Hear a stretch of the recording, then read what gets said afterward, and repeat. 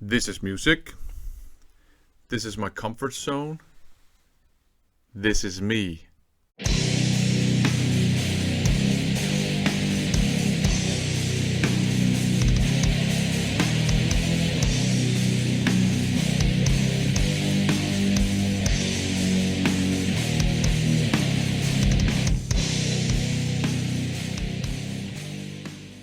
Garage Geek has been challenging VC members left and right, and it's a fun challenge. The entire idea behind the challenge is to step out of your comfort zone for a while and explore some music that you would otherwise not even consider listening to.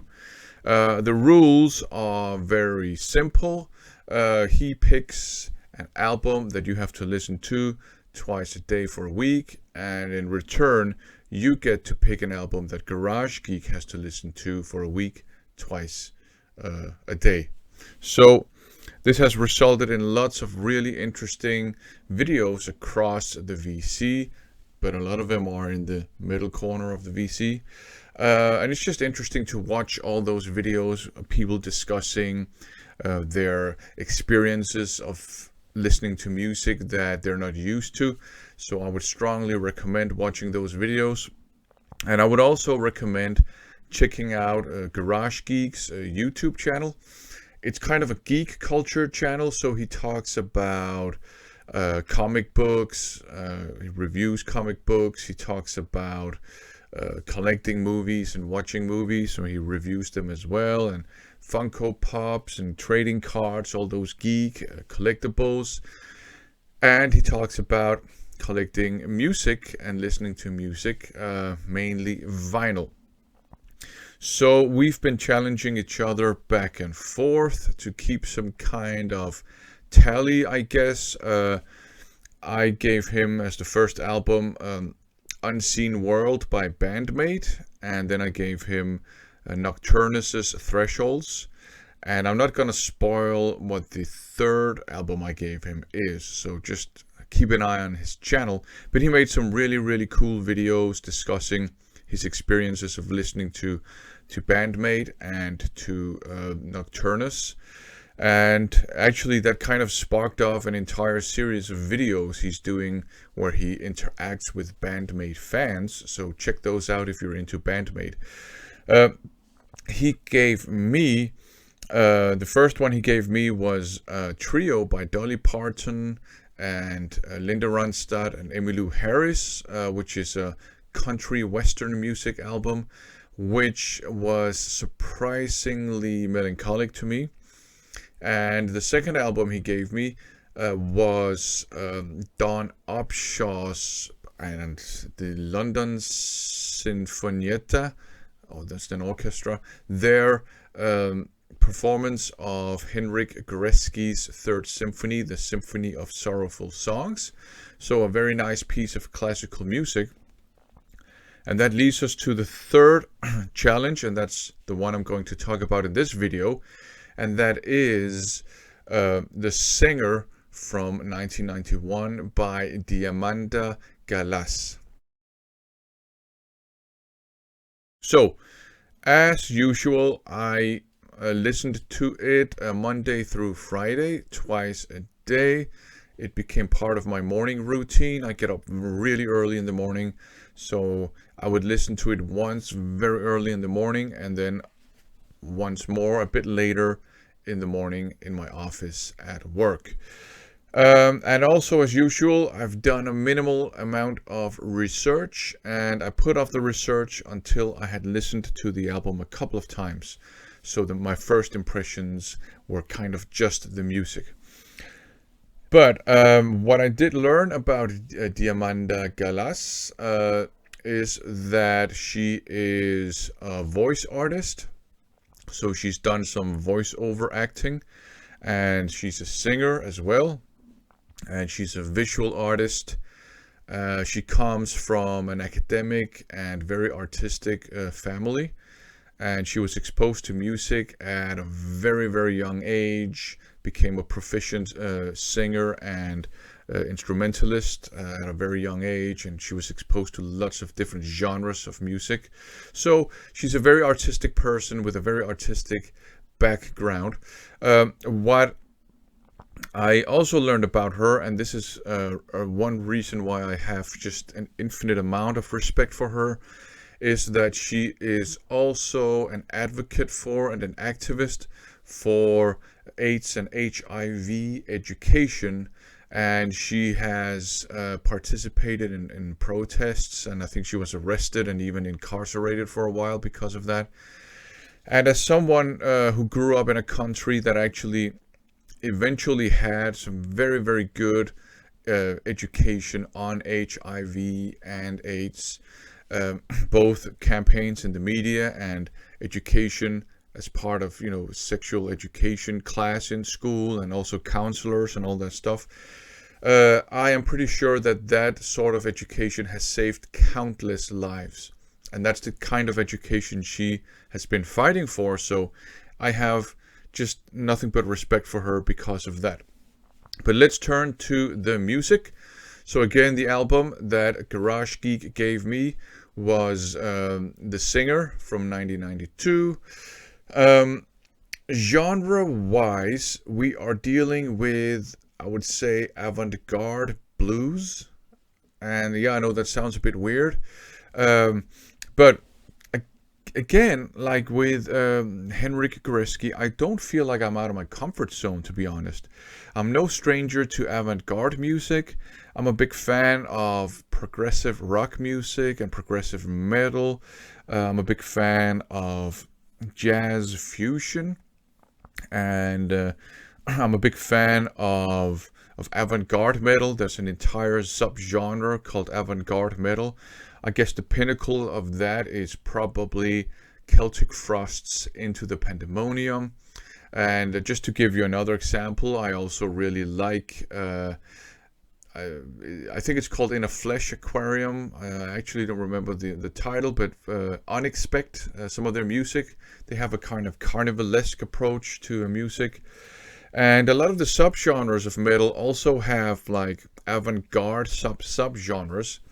And for example, when it comes to black metal, I actually tend to gravitate a bit more towards the avant-garde and progressive kind of versions of black metal. So I'm no stranger to avant-garde music. And I'm also no stranger to the blues. I grew up pretty much with the blues. I don't come from an academic home. I come from a lower working class household. I grew up in the 80s in Denmark, so I don't have the same background at all as Diamanda Galás does, but I also come from a very musical household. My brother and I were brought up on a healthy diet of classic rock and blues rock and straight up blues. And our dad is a blues rock and blues musician. And the very first scale I learned to play on the guitar, that's the pentatonic blues scale. So I'm no stranger to the blues either. But yeah, I did not see that combination, avant-garde blues. I didn't see that one coming. But I don't feel like I'm out of my comfort zone at all. So on this album, Diamanda Galás offers her avant-garde interpretations of blues and gospel, and I would also say maybe kind of soul classics. And she picked some songs, some of which are sort of deal with some darker lyrical themes. So among the songs that she sort of does her interpretations of, we have Insane Asylum. You have See to It That My Grave Is Kept Clean. You have Gloomy Sunday, the infamous song with that urban legend attached to it. You have Judgment Day, Put a Spell on You, right? So some of the darker blues and gospel classics. So it's Diamanda Galás on her piano, with the exception of one song, that's Diamanda Galás on an organ, and then singing. That's what you have instrumentation wise. And if we take the piano playing first, um, kind of at first listen, I guess, very often it sounds like what we call klaverboxing in Danish. That means piano boxing, like just randomly punching keys on the piano. But if you listen closely, you will kind of realize that it's her doing her version of traditional blues chord progressions and blues figures, and different kind of figures from the African American music tradition. In some songs, like "Reap What You Sow," she does some straight up kind of bluesy piano playing where it's not that hard to realize what's going on. But in some of the other parts, it sounds like piano noise. But if you listen closely, it is actually her renditions of, like I said, figures from the blues and other styles of music from the African American music tradition. And there are some instances of straight up piano noise. There are some instances of elements from other music traditions kind of sneaking in. But the very, very, very first song, My Love for You Will Never Die, as far as I remember, starts out like that. It sounds like she accidentally keeps dropping potatoes on the kind of lower keys on her piano. But if you listen closely, you'll realize that it's actually the right?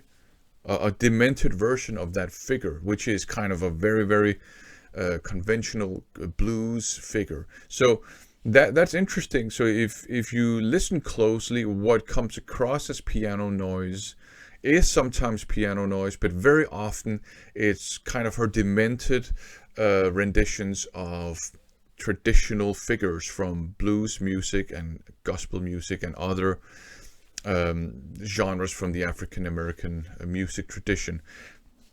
And she does the same thing with her singing. Now, she has a very, very impressive range on her voice. That's actually quite amazing. She can hit some insanely high notes and some very, very sort of lower register notes too. And it sounds like on this album she's kind of exploring all the registers of her voice, and also exploring lots of different kind of voice qualities. So you have some, some very, very low notes that she hits, some very high notes. You have some almost screechy notes, like at the gates. And sometimes, and that's in the Judgment Day, I think the very last one, she sounds like just more like a banshee scream. And she explores different like voice qualities as well. So distorted voice, clear voice, whispering, almost like creepy cooing at some point. Insane vibrato. So she explores all of that stuff. I will say that she quite often hits some very low notes and with a very, very hyperbolic vibrato, and that does sound like Dr. Evil laughing, and I don't think that was the intention. Whatever. So what she does is also and again, you have to listen closely, but she takes some of the like phrasings, some kind of melodies, some voice qualities, some singing techniques that are associated with gospel and the blues and other musical styles in the African American music tradition. For example, melismatic singing, I think it's called, as far as I understand. That is when you have multiple kind of notes on one syllable rather than one note per syllable.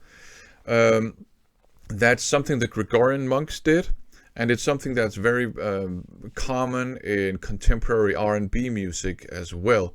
Of course, they do it in completely different ways, but R&B melismatic singing can be traced, back to the African American music tradition, gospel, the blues, and things like that. And what she does is she takes all those conventional features of singing from the blues, from gospel, and so on and so forth, and she takes them to the nth degree. So her voice performance is very extreme, and that's why I would not have any problems calling this a kind of extreme music. But that, of course, does mean that it can be very, very challenging to listen to. And if you don't listen closely, it just sounds like an insane woman punching a piano and screaming curses at you. But if you listen closely, there's actually some kind of method behind the madness. There are also, in her singing, there are some features from other music traditions that kind of sneak in. I think, again, it's in Judgment Day, where I cannot really determine whether it's like Mediterranean or whether it's Middle Eastern, or maybe it's from the Jewish tradition, or maybe Eastern European. But she starts kind of singing a melody that comes from another music tradition, and I think it is one of those, but I can't locate it kind of exactly, unfortunately. But that's very interesting. So you have Diamanda Galás doing her renditions of blues and gospel classics, and in some cases I would say, like Reap What You Sow, and I would also say, to some extent, See to It That My Grave Is Kept Clean, and also maybe to a lesser extent, but still, Gloomy Sunday. It is kind of quite recognizable, and in some songs she does do straight up kind of bluesy piano playing and more identifiable bluesy or gospel-y singing. But in other cases, the song is almost unrecognizable, but it does have this core that she kind of experiments with. So there's a recognizable core, but the rest of it sounds completely unrecognizable. And this is where I think, at least in concept, you got some jazz fusion kind of sneaking in, because in a lot of jazz renditions of other songs, they can be pretty much unrecognizable, but you will have a core, a skeleton that it's based on, that you can, if you look closely, recognize. So I think there's an element of that as well to it. So it's a very interesting kind of music journey listening to this album. The question is, of course, do I even like it? And I would say I really enjoyed listening to this at an intellectual level.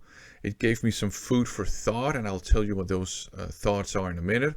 So it was very, very interesting to hear what one person can do with her voice, all the different voice qualities, all the different extremes that she can take her voice to. And it was very interesting to sort of actively look for these elements from the original versions, to go and look for that in her kind of her versions of him, right? To go and look, oh, this is oh, and that's this melody from, and so on and so forth. I thought that was very interesting. So I enjoyed it a lot on an intellectual level. On an emotional level, it didn't move me, I have to say. For better or worse, of course, music can move you in a negative direction. You can get annoyed at it, you can dislike it. That didn't happen. But it also didn't move me in a positive reaction. It didn't have any emotional resonance with me. There was pretty much nothing really catchy about it, apart from one part, and that's from her version of I Put a Spell on You, where she sings "Devil, Devil, Devil." That's the only catchy thing, and I did catch myself just walking around singing "Devil, Devil, Devil," which must have been kind of scary to other people. So I enjoyed it on an intellectual level, but didn't do a whole lot much for me on an emotional level. It did give me some food for thought, and what I kind of started wondering when I listened to this release was how it was potentially received, because first of all, what she does is she takes the tropes, the conventional features of blues music, of gospel music, and the African American music tradition at large.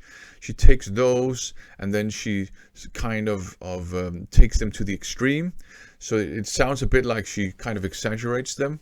And in my mind, I have no doubt that her renditions, her interpretations of these blues and gospel classics, I have no doubt that that's genuine, right?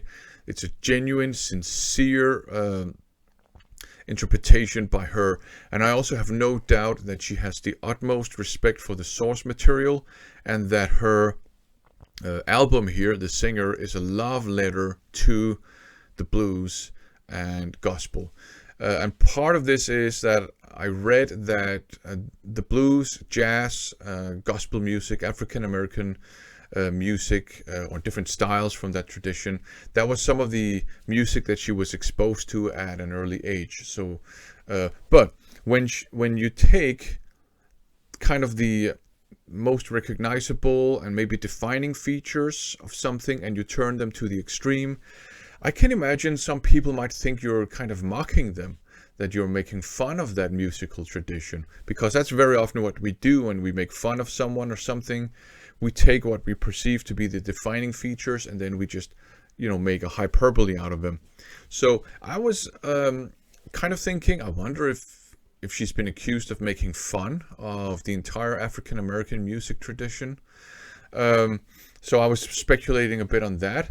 And also I noted that she also adopted some patterns of speech that are associated with a variety or dialect of English that linguists call African American Vernacular English, which is the variety of English that's often associated with the African American music tradition.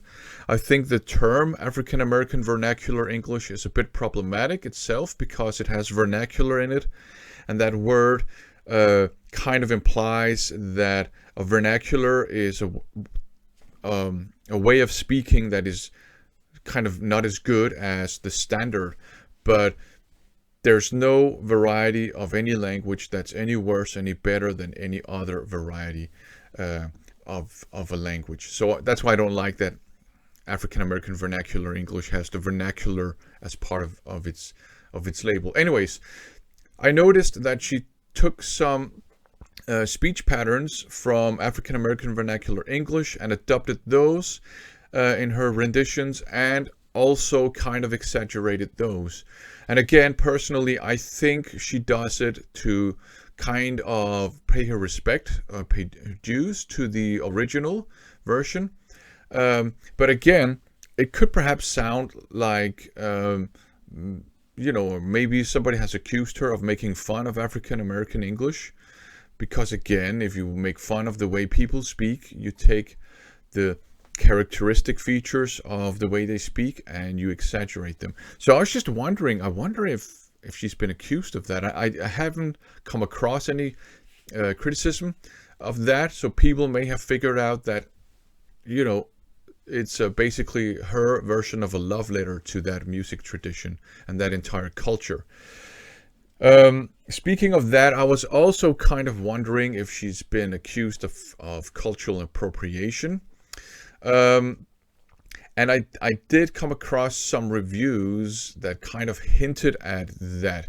There was one review that kind of started out saying, Greek-born singer does her renditions of blues, blah, blah, blah. And I was wondering, why bring up that she's Greek-born?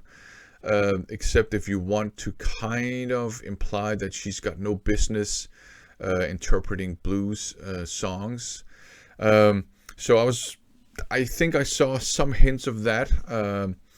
And lastly, I was wondering, just because it's avant-garde music, it's experimental music, and almost per se, if you do avant-garde music, somebody will accuse you of being pretentious, and that was easy to find people calling her pretentious. So again, just to, I guess set the record straight, personally, I think her renditions are sincere. I think she probably has the utmost respect for the source material and the underlying culture, and I think this is her version of a love letter to that music and that culture.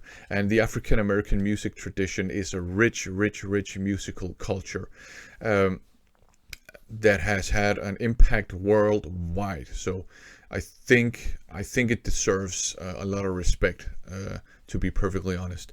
So yeah, so I enjoyed it on an intellectual level, but it didn't move me that much, if at all, on an emotional level. But it did give me some food for thought, and I don't think what I ended up thinking about it was what Diamanda Galás probably intended people to think. But my job, I'm a linguist. I work with language and culture, so obviously that's where my kind of train of thought with that goes. Would I buy this? I don't know. I mean, it's not a release I will listen to a whole lot, because to me, it's more like an intellectual exercise, and that can be very healthy, obviously. If I come across a very cheap copy somewhere, I might pick it up. So a very interesting experience listening to Diamanda Galás. I was not out of my comfort zone. I had a lot of fun intellectually exploring her music, I will say. So thanks to Garage Geek for giving me this album to listen to and to explore. This is our kind of third round of challenges. We have a fourth one on the way, and I'm personally hoping that we can do kind of like a 5-parter, just because it's a nice number. But yeah, thanks for giving me this album to listen to. It was a very fun challenge. Thanks for watching.